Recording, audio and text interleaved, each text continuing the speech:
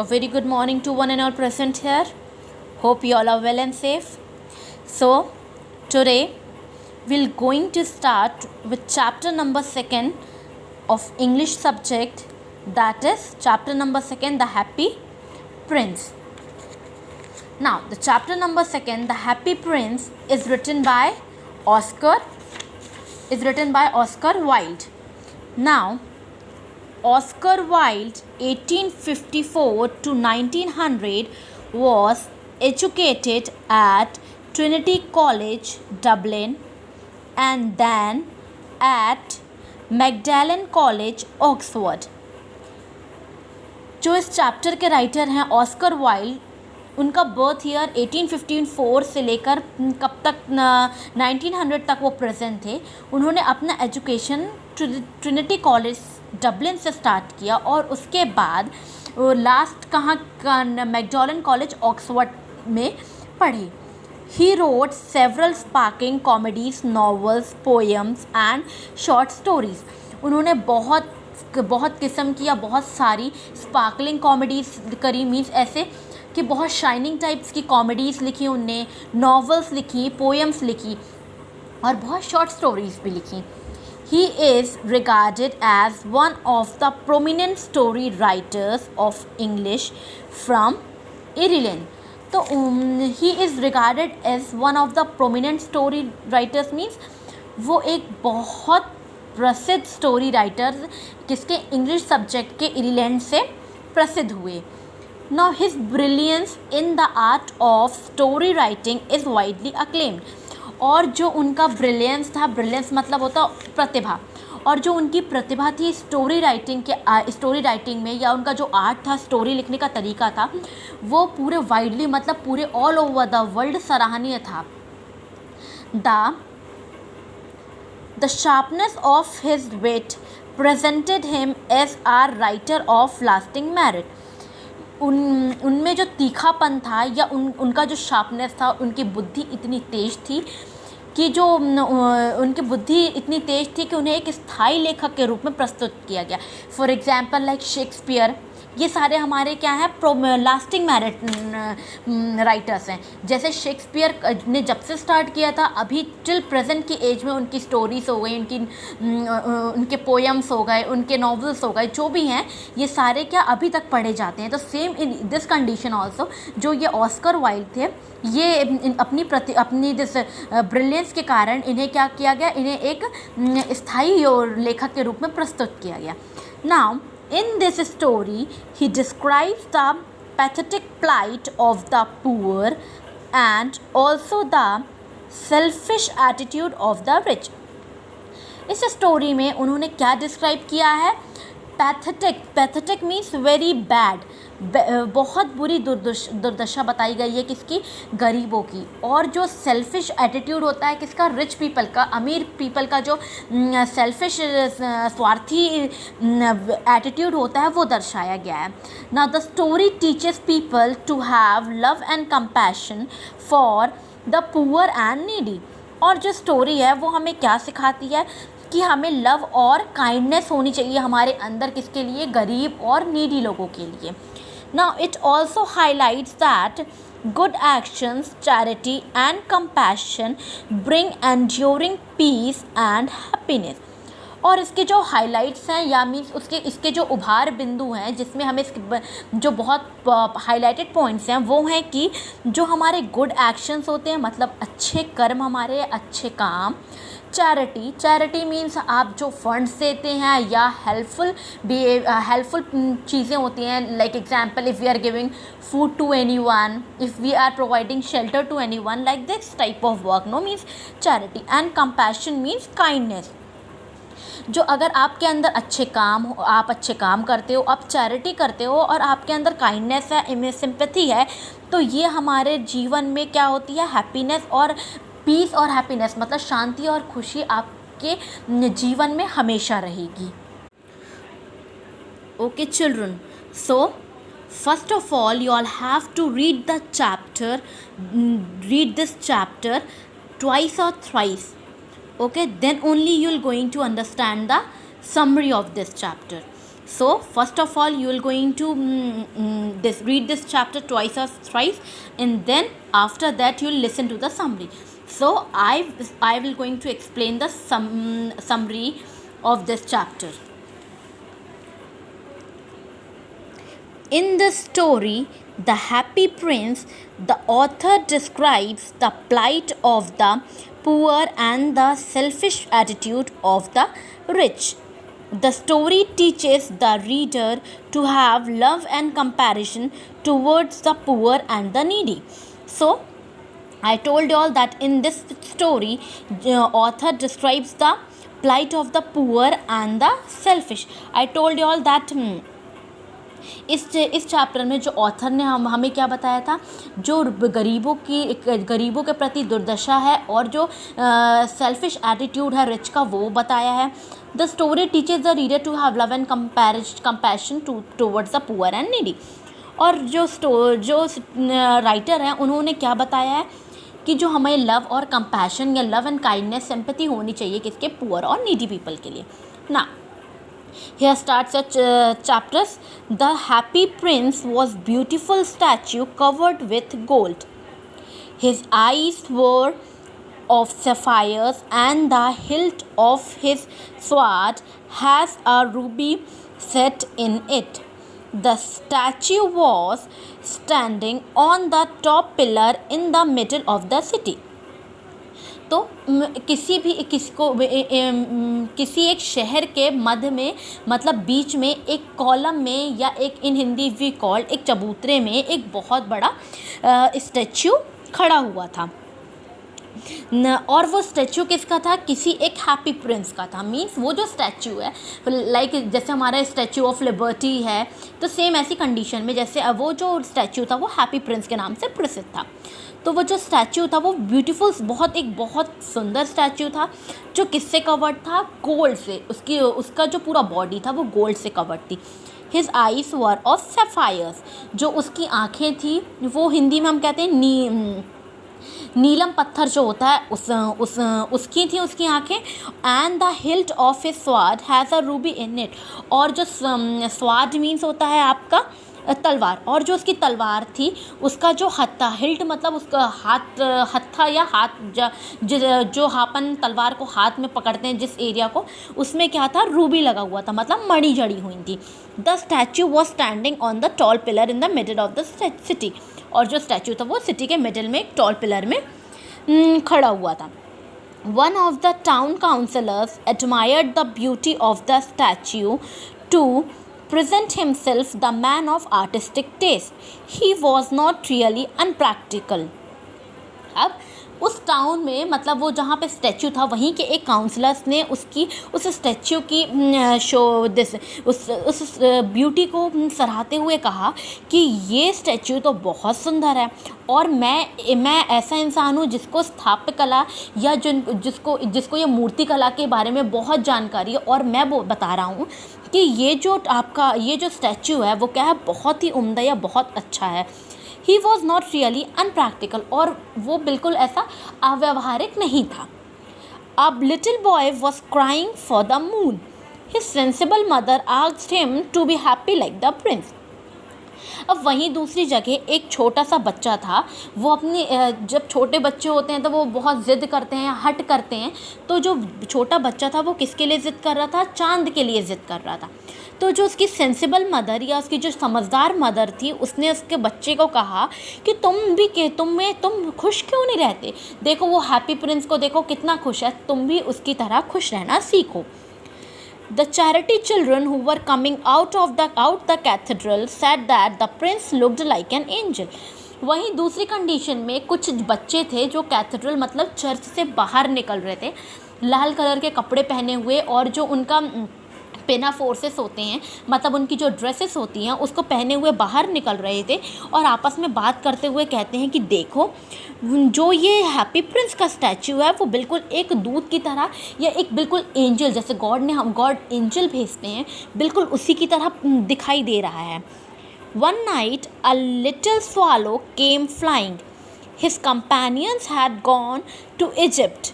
He was delayed because he was in love with a beautiful reed. The swallow came flying after a big yellow moth. He fell in love with her.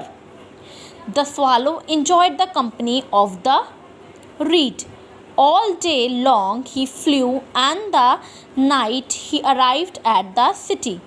In the meantime, he happened to see the statue on the tall column. The swallow decided to spend the night between the feet of the prince. Now, एक रात एक little swallow means एक पक्षी है जो little swallow केम flying उड़ते हुए आई. उसके जो कंपेनियंस थे या उसके जो साथी थे वो पहले ही इजिप्ट चले गए थे. नॉर्मली जो हमारे पक्षियों का देखते हैं तो जब भी जो ये माइग्रेटिंग बर्ड्स होते हैं ये क्या करते हैं, अपनी जगह बदलते रहते हैं. मतलब एक जगह से दूसरे जगह ये ट्रैवल करते हैं. तो इनका पूरा एक जो ग्रुप होता है वो ट्रैवल करता है. बट जो ये लिटिल स्वालो थी वो अपने कंपेनियंस के साथ अलग हो गई थी. मतलब वो उसके जो सारे कंपेनियंस थे वो इजिप्ट पहुंच गए थे, पर ये नहीं गई. क्यों? उसने कहा कि जब वो जा रहे थे तो उसने डिले कर दिया. मतलब उसने मना कर दिया कि मुझे नहीं जाना. क्यों? Because he was in love with a beautiful read. क्योंकि वो जो जो बहुत प्यारी घास थी उसके क्या हो जाएगा, उससे उसको प्यार हो गया था. The swallow came flying after a big yellow moth. He fell in love with her. उसके बाद वो जो लिटिल स्वालो है वो एक येलो कलर के पतंगा या हिंदी में हम उसको पतंगा कहते हैं, उसके पीछे आकर्षित होते होते, एक पक्षी होता है पतंगा जिसे बोलते हैं, वो उसके पीछे आकर्षित होते होते उड़ते हुए आती है. The swallow enjoyed the company of the reed. All day he long flew. उसके बाद जो स्वालो ने था उस बिग येलो मोथ के साथ, उस पतंगे के साथ वो जो रीड था मीन्स वो जो घास थी उसका बहुत आनंद लिया. All day long he flew, and at night he arrived at the city. और पूरा दिन उन लोगों ने बहुत उड़ा. उसके बाद रात में वो एक सिटी में जाकर रुके. अब now in the meantime he happened to see the statue on the tall column. उसके बाद जैसे वो रुके उन्होंने क्या देखा कि उन्होंने एक स्टैचू देखा कि जो बहुत बड़े पिलर में खड़ा हुआ है.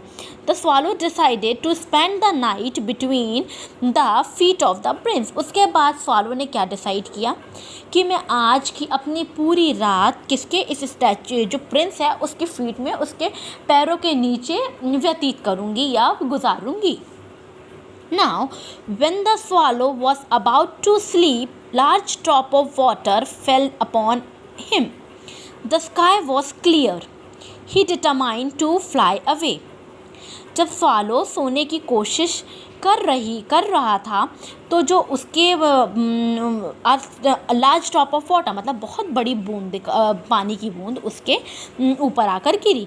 The sky was clear. उसने देखा कि पानी कहाँ से गिर रहा है तो उसने आसमान की तरफ देखा. जब आसमान की तरफ देखा तो आसमान बिल्कुल साफ था, पानी गिरने के कोई चांसेस नहीं थे. ही डिटरमाइंड टू फ्लाई अवे. उसने सोचा कि मैं उड़ जाता हूँ. When he was about to fly, a third drop of fell upon him. जैसे ही उसने उड़ने की सोचा एक तीसरी बूंद उसके ऊपर आके गिरी.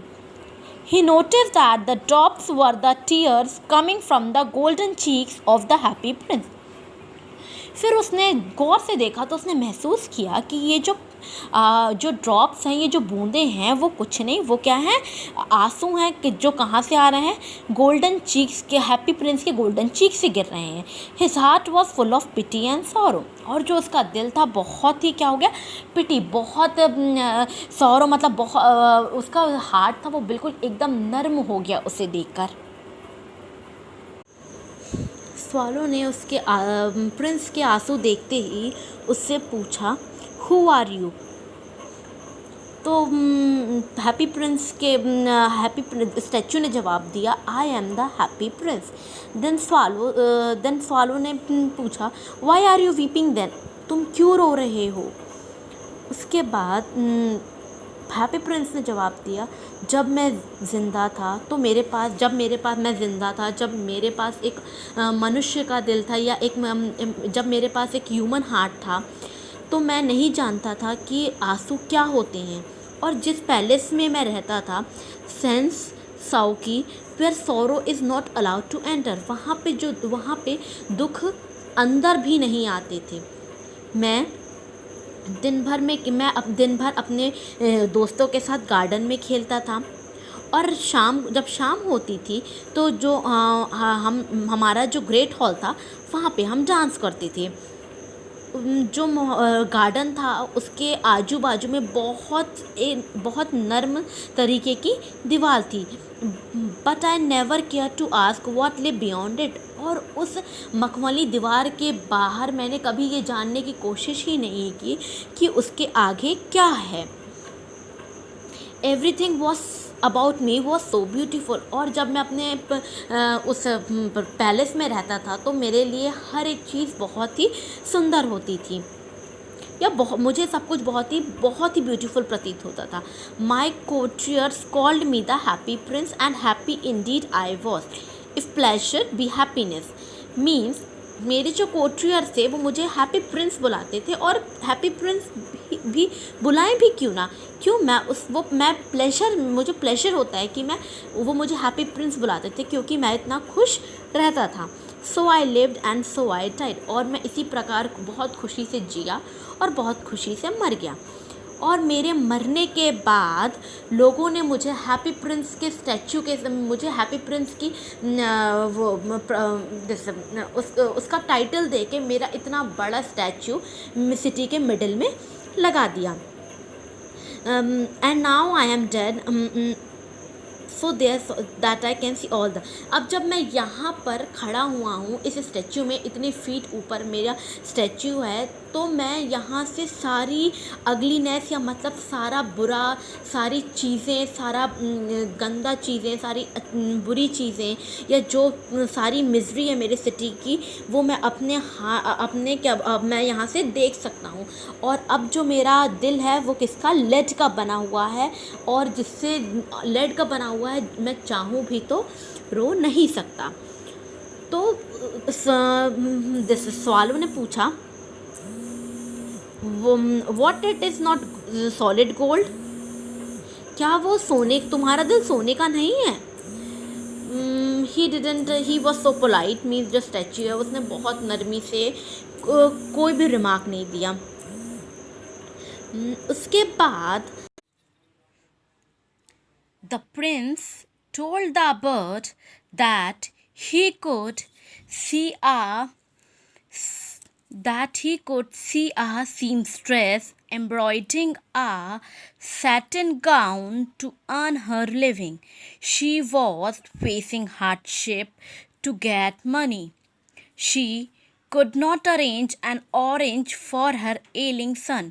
She could not give him river water only. The prince asked the swallow to place the ruby on her table. The swallow obeyed the prince. Now, far away, continued the statue in a low musical voice. Far away, बहुत दूर, बिल्कुल नर्म आवाज़ में ये कहते हुए कि बहुत दूर, प्रिंस क्या करता है, प्रिंस बहुत लो म्यूज़िकल वॉइस में, बहुत धीमी आवाज़ में सवालों से कहता है, फार अवे, बहुत दूर चलते हुए, थोड़ी दूर चलते हुए एक गली में एक घर है जो बहुत ही गरीब लोगों का है। One of the Windows is open, और उस घर की एक खिड़की खुली हुई रहती है, और मैं यहाँ से उस घर को बहुत अच्छी तरीके से देख सकता हूँ। वहाँ मुझे एक औरत दिखती है जो टेबल में बैठी हुई रहती है। Her face is thin and worn, और उसका जो शक्ल है या उसका जो फेस है वो बहुत पतला हुआ है और बहुत उजड़ा हुआ सा, या वॉन मतलब बहुत फटा हुआ सा है। And She has coarse red hands all pricked by the needle. और उसके हाथ जो हैं बहुत ही छेदे वाले हैं या बहुत ही रफ़ टाइप के हैं। क्योंकि वो दिन भर सिलाई का काम करती है, और उस सिलाई के काम से उसके हाथों में क्या हो गए हैं, छोटे छोटे छेद हो गए हैं। She is embroidering passion flowers on a satin gown for the loveliest of the queen's maids of honor to wear at the next court ball. और वो क्या काम करती है, वो सैटिन गाउनों में फ्लावर्स टाकने या फ्लावर्स को लगाने का काम करती है, जो क्या होती हैं, जो रानी महारानी अपने कोर्ट हॉल में या अपने पैलेसेस में पहनती हैं।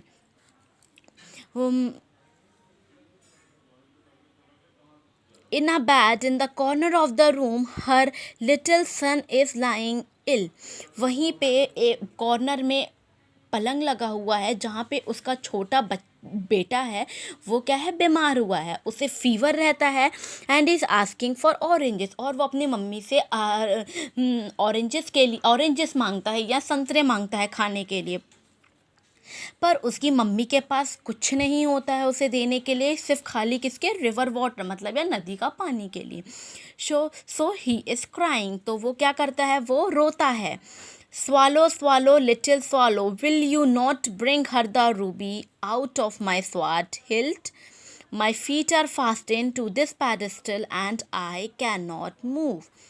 तो जो स्टैच्यू है कहता है, swallow, swallow, little swallow, क्या तुम मेरे तलवार में के हत्थे में जो मणि लगी हुई है, क्या तुम उसे निकाल कर उस लेडी को दे सकते हो? My feet are fastened to this pedestal, मेरे जो फीट है या जो मेरे पैर हैं वो इस स्टैच्यू में जकड़े हुए हैं, मैं चाह कर भी वो चीज़ें नहीं कर सकता। The prince asked the swallow to place the ruby on her table. The swallow obeyed the prince. उसके बाद प्रिंस ने कहा, प्लीज़ स्वालो, मैं नहीं जा सकता, सो तुम ये जो रूबी या नीलम है इसको उस लेडी के टेबल पर रख देना। The swallow obeyed the prince, और जैसे ही प्रिंस ने कहा, स्वालो ने उसकी बातों से एग्री किया और जाकर वो रूबी उसके टेबल में प्लेस अप कर दिया। The swallow flew back to the prince. The swallow was warm in the cold weather. He was about to bid goodbye to the prince, but the prince asked him to take out one of his sapphire from one of his eyes and take it to a poor playwright. The swallow began to weep, but at last he obeyed the prince's command. जैसे ही swallow वापस आया prince के पास, but the swallow was warm in the cold weather. Normally जो हमारे this swallow या birds होते हैं, जो माइग्रेटिंग बर्ड्स होते हैं, इनका एक टेम्परेचर डिफाइन रहता है। मीन्स ये या तो ये ठंडे मौसम में कुछ बर्ड्स रह सकते हैं या कुछ गर्मी के मौसम में रह सकते हैं। बट जो कंडीशन स्वालो के साथ रहती है, तो स्वालो क्या रहते हैं, हमारे ह्यूमिड वेदर में रहते हैं, मतलब not too cold not too hot, उसका जो बीच का टेम्परेचर रहता है उसमें ये लोग सर्वाइव करते हैं। तो जो स्वालो के लिए वो टेम्परेचर था, उसको बहुत उतने ठंडे वेदर में भी बहुत गर्मी का एहसास हो रहा था। He was about to bid goodbye to the prince, वो प्रिंस से गुड बाय कहना चाहता था, बट प्रिंस ने उससे कहा कि मेरी आँखों में नीलम लगा है, उसमें से एक नीलम निकाल कर एक पुअर प्ले राइटर है उस तक पहुंचा दो।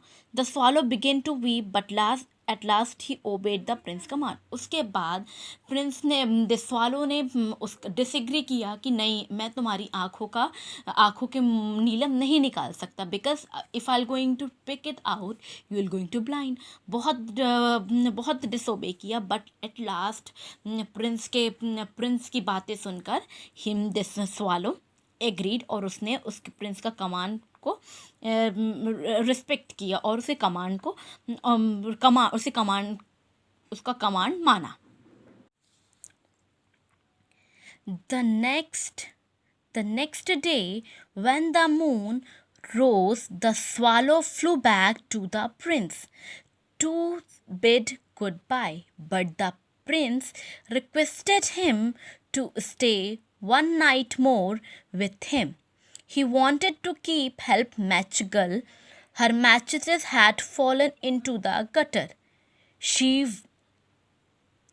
was crying for the fear of beating by her father. The prince asked the swallow to pluck the other sapphire to give the poor girl. The swallow was not prepared to do so, but he did as the prince told him. जैसे ही next day वो play writer को sapphire देने के बाद लौटा, जो जिस चंद्रमा है वो क्या हुआ था, चंद्रमा उग चुका था। तो स्वालो थी जो उड़ते उड़ते प्रिंस के पास वापस आई। कि अब मैं इससे गुड बाय कह दूंगा और मैं वापस अपने अपने जिसमें अपने वापस अपने देश चला जाऊंगा। बट बट द प्रिंस ने कहा, swallow swallow little swallow, will you not stay with me one night longer. Prince ने कहा, स्वालो स्वालो लिटिल स्वालो, क्या एक दिन और एक रात और तुम मेरे साथ नहीं रुक सकते। बट द प्रिंस दिस मैं सिर्फ एक लड़की की और मदद करना चाहता हूँ।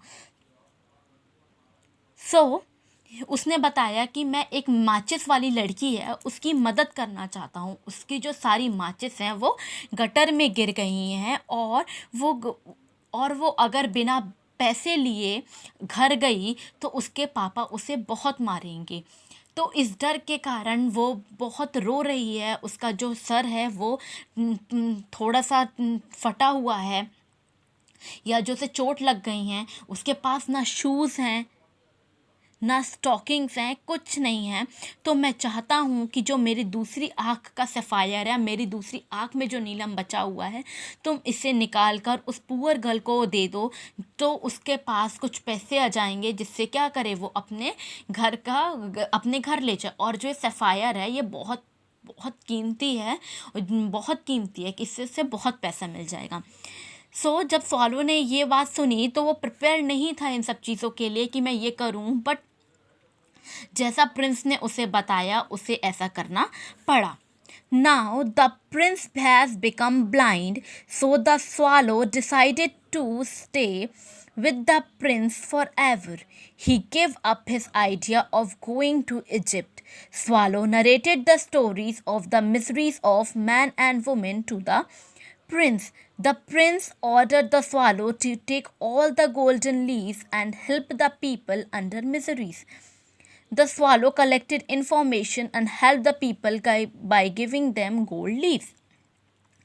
अब now the Prince has become blind, अब उसकी दोनों आँखें के जो सफ़ायर्स थे वो निकल चुके थे। तो जो प्रिंस का स्टैचू था वो पूरा वो ब्लाइंड हो चुका था। इसके बाद जैसे ही वो ब्लाइंड हुआ तो स्वालो ने ये सोचा कि अब इस मुश्किल घड़ी में मैं प्रिंस का साथ कभी नहीं छोड़ूंगा। मैंने इजिप्ट जाने का जो मेरा प्लान था, जो मेरा सोच था, वो मैंने क्या कर दिया, मैंने सब कुछ डिले कर दिया, सब कुछ कैंसिल कर दिया। अब मैं लाइफ टाइम तक प्रिंस के साथ ही रहूँगा, उसकी मदद करूँगा। उसके बाद जब स्वालो ने उड़ते हुए बहुत उस टाउन की या जो उस जगह की पूरी मिजरीज, जो लोगों की गरीबीपन था, जो लोगों की परेशानियाँ थी, वो सारी परेशानियाँ किसको बताई, हैप्पी प्रिंस को बताई। और उस परेशानियों को, उस दुर्दशा को समझने के बाद प्रिंस ने उस स्वालो को ऑर्डर किया कि जो मेरे पूरी बॉडी में गोल्डन लीव्स हैं या जो मेरी जो पूरी बॉडी गोल्ड के कवर्ड है, तुम एक काम करो, ये सारी गोल्डन लीव्स लो और जिन जिन पीपलों को ज़रूरत है पैसे की, जिन जिन लोगों की को परेशानी है, उन सब की मदद करो। जो स्वालो ने पूरी इन्फॉर्मेशन कलेक्ट की और सारे पीपलों की हेल्प करी, किससे, वो गोल्डन लीव्स को या जो गोल्डन स्ट्रिप्स थी उसके बॉडीज़ के, उसको देकर। The swallow love the Prince from the core of his heart, so he did not leave the prince in his hard time. He begged the prince to let him kiss his hand. The prince asked him to kiss him on the lips. The swallow kissed the prince's lips and died. इतने दिन रहने के साथ उस Prince से साथ उस swallow का बहुत एक गहरा अटैचमेंट हो गया था। उसने कहा था वो, जबकि स्वालो को पता था कि मैं इस ह्यूमिड वेदर में ज़्यादा दिन ज़िंदा नहीं रह पाऊँगा, बट जब प्रिंस ब्लाइंड हो गया था तो स्वालो ने डिसाइड कर लिया था कि अब इस बुरे कंडीशन में, इस बुरी दुर्दशा में मैं प्रिंस का साथ कभी नहीं छोड़ूंगा। उसके बाद जो स्वालो था उसको एहसास होने लगा था कि that I am not going to मैं अब ज़्यादा देर तक नहीं जी पाऊँगा। तो उसने बट वो जो स्वालो था वो प्रिंस को अपने पूरे दिल से बहुत मतलब कोर मतलब अंतरी दिल से उससे प्यार करता था। तो उसने क्या कहा कि उसने प्रिंस से भीख मांगी कि मैं तुम्हें किस करना चाहता हूँ, तुम्हारे हैंड को। तो प्रिंस ने कहा तुम मेरे हैंड को नहीं, मेरे लिप्स को किस करो। और जैसे ही उस स्वालो ने उसके लिप्स को किस किया और वो क्या हो गया, डाइड हो गया। At the time of Swallow's death, a curious incident happened. A curious crack sounded inside the statue. The leaden heart had snapped into two. The statue looked dull.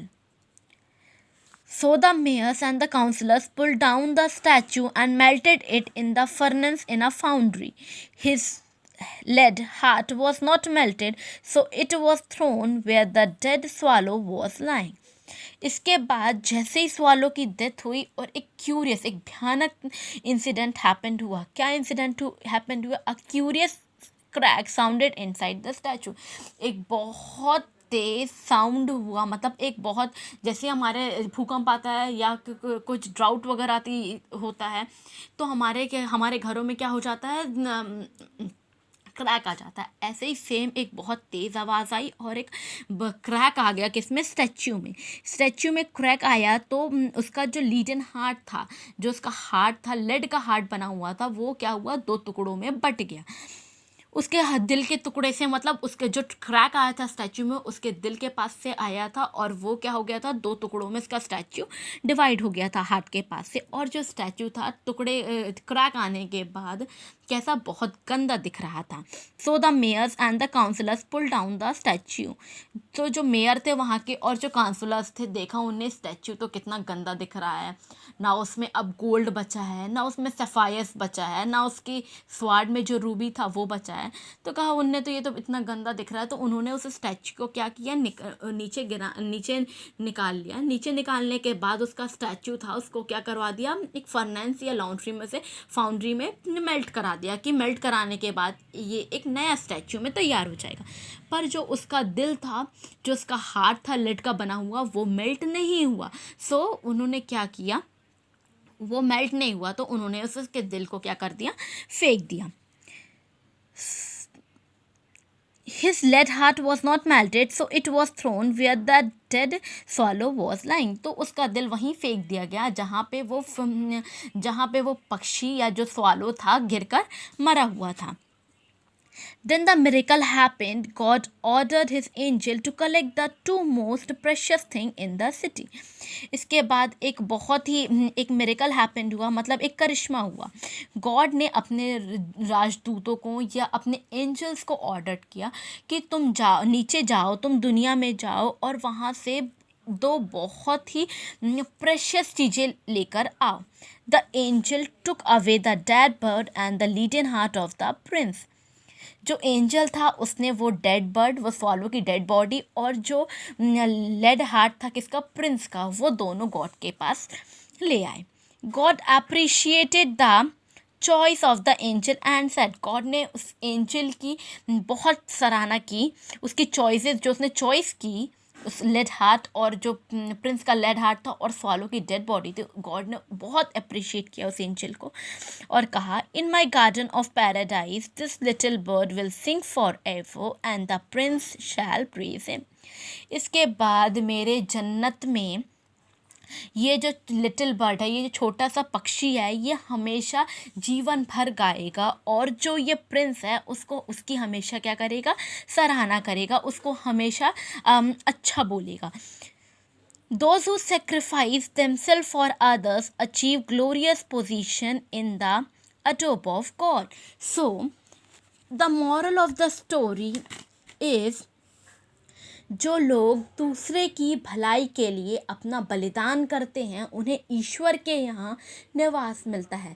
मतलब जो दूसरों के हित के बारे में सोचते हैं, जो लोगों के बारे में सोचते हैं, उनका अच्छा करते हैं, उनकी भलाई करते हैं, तो ईश्वर के यहाँ उनको उनको हमेशा जन्नत में या हेवन में प्लेस मिलती, और ईश्वर के द्वारा उन्हें ईश्वर के घर में या हेवन में उन्हें रहने, वो हमेशा रहते हैं, हमेशा प्रेज होते हैं गॉड के द्वारा, हर चीज़ के द्वारा. So this is the moral of the story that हमें हमेशा लोगों के हित के या भलाई के बारे में सोचना चाहिए, कभी किसी का बुरा नहीं करना चाहिए, हमेशा अच्छा करना चाहिए. अगर आप अच्छा करोगे तो इन दिस वर्ल्ड और वो हेवन में आप दोनों जगह प्रेस होगी. So here this chapter is completed, and I hope you all have understood. If you are having any problem, anything, you are free to ask. But in spite of this, first of all, you read the chapter twice or thrice. Then only you will going to understand the summary of the chapter.